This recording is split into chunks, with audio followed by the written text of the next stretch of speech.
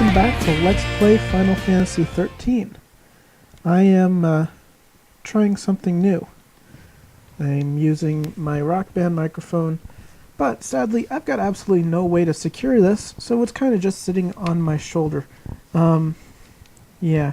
So let's see what happens, and hopefully everything will work out okay. My hope is that we will get rid of that whining noise and maybe a little more of the horrible white noise that I was getting. Here's another one of those intro scenes, and I think it does depend on what point in the chapter you are saving and reloading. Because this mentioned that we just left snow, and we just left snow. In fact, that's what we just did last time. Left snow behind and headed out on our own. And I have to apologize about fighting that guy alone without talking to you guys. Yeah, certain people in my family do not wish to be recorded, and I shall respect those wishes. Let's just see if I missed somebody. There's a watch droid right here, probably part of that group. So yeah, what I'm gonna do is just run away. I don't need to fight them again. You guys already saw me fight them. Doesn't need to happen another time. Cutscene. Whoa! This whole place is crystal.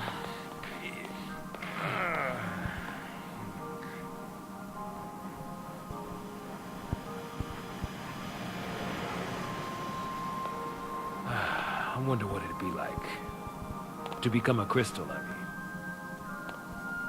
You gonna complete your focus? Maybe. If I knew what it was. Yeah, I probably don't want to know. Hey, Lightning. Did Sarah say anything to you about her focus? Nothing. You know what? She probably didn't want to worry you. Or she just didn't think she could trust me. Oh.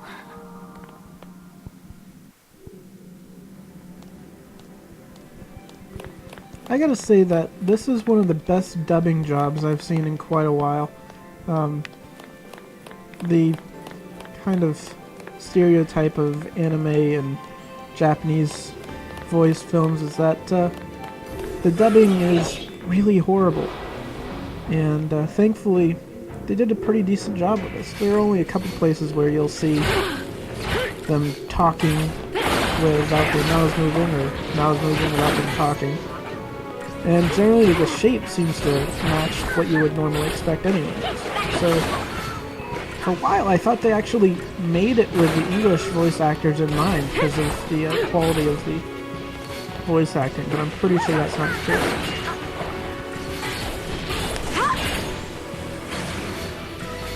Alright, you'll need to keep warning me if I'm about to die again, because I don't really want to. It was kind of annoying last time.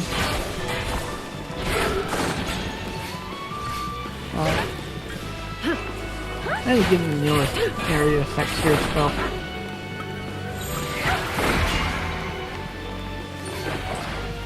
Die, watch drones, see.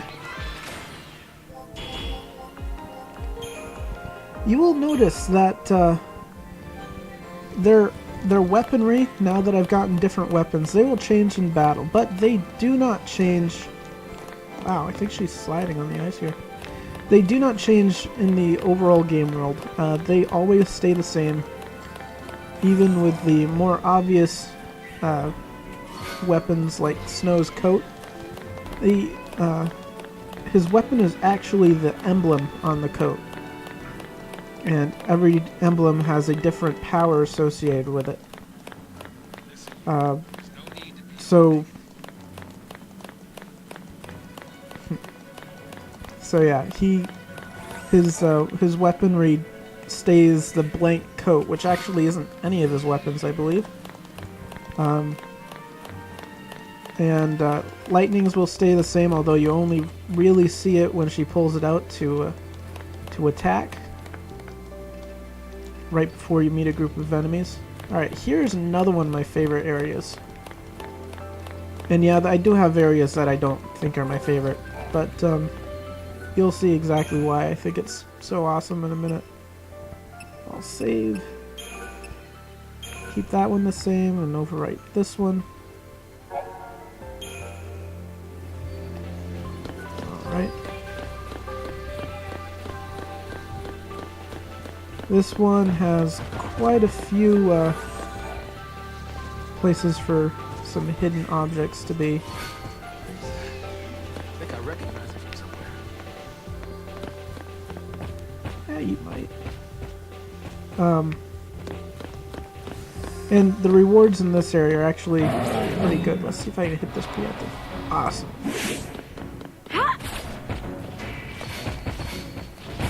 There's one thing that helps us battle out an awful lot is getting a preemptive strike on him. 'Cause he's a little stronger than when we last met him. And, well, so are we, I guess. Now, one thing that some people do, and I think I showed this a little while ago, maybe with the bike battle, whatever it's called, switch to Try Disaster, and that drives the chain gauge up farther, even after you've staggered them. If you're really good, you can get the chain gauge all the way up to 999%, and then you're doing a lot of damage. You'll see me kind of sneak around the sides here. This is mostly to try to get preemptives on everything.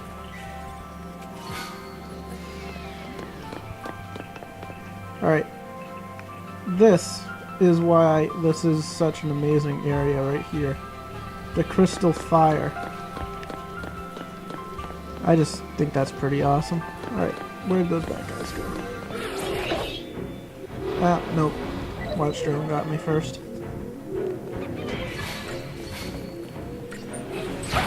I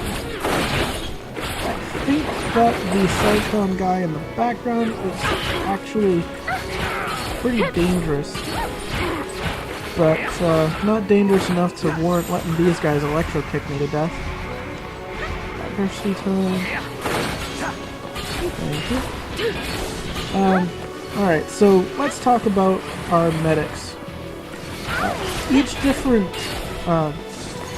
role has their own different AI associated with it. Thank you. A medic will heal first anyone who's in the red zone, then the yellow zone, and then anyone who's not at full health. If everyone's at full health, they'll just stand there and wait for their ATB gauge to go up. And when it's full, they'll just sit there and do nothing. Which makes me think time to switch back. They will target first, I believe, the party leader, and then specific roles. I think the Sentinel is a pretty high role for them to target, because they're the guy drawing all the damage. And I think they'll finish up with supporter roles, like the synergist, like what you saw Hope's. Crystarian here. Hope is a synergist. And speaking of which, it's a good time to level up some stuff. And they'll do your attackers, your Ravagers and Commandos. We'll do those at before they do the supporter roles. And the Ravager is full, so let's go to Medic. Ravagers will, I believe, always attack the person that your commando or your leader is attacking. She's got a different role to fill. Yep. And they are probably one of the smartest AIs out there. they know exactly what the elemental, what the elements are that they're, they're elements that they're weak to, the elements they're strong against, but only after you've already discovered it. For instance, with Libra, or after attacking it quite a bit. You'll see if you come to a new enemy that you've never met before, they'll send out a whole bunch of different types of attacks to figure out what's the best way to hit them. And if they're weak against one... Ah, crap. Let's take out the little guys first. If they are weak against something, then they will generally exploit that pretty quickly. Now to the Crusader. As I said, this is one of the most annoying groups of enemies here. I switched to medic before I even needed her, because I know that I will need her. And why are you attacking her? Go and hit Saz. Actually, Saz has the least health right now. Never mind. Keep hitting her. But, anyways, commandos, if you've got more than one commando, they will not attack the same person you're attacking unless it's the only person left on the field. So that means that they will go after just about anyone else. They will go after the same type of enemy. So if there's more than one Psychon Ranger, for instance, they will go after the other Psychon Ranger before they hit anyone else.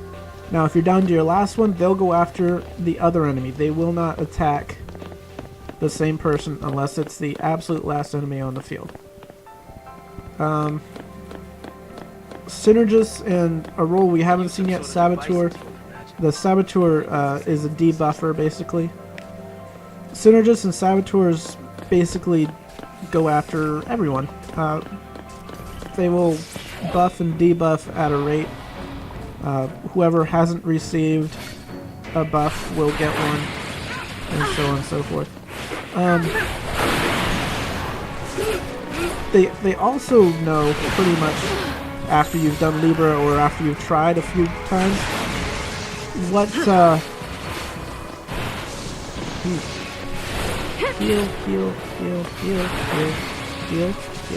Thank you.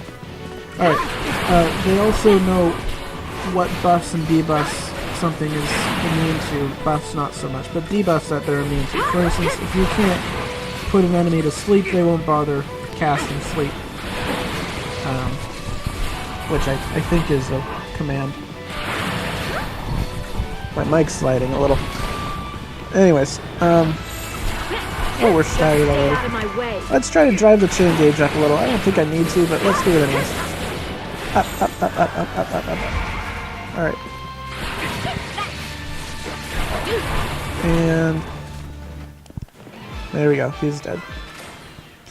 Sentinel, he will provoke first, and then he will do whatever his best guard ability is. And right now all you see is provoke as the provoke and spark ring. That might be useful soon. All you see is provoke for his provoke ability and steel guard for his guard ability. Why are you just standing there? Both of you are just standing there. Supposing this is the way I'm supposed to go.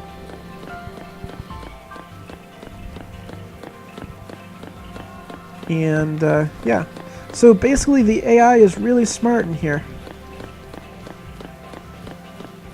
And there's another treasure chest. Let's open it. Open. Potions. And let's see if I can get to a save point. There it is.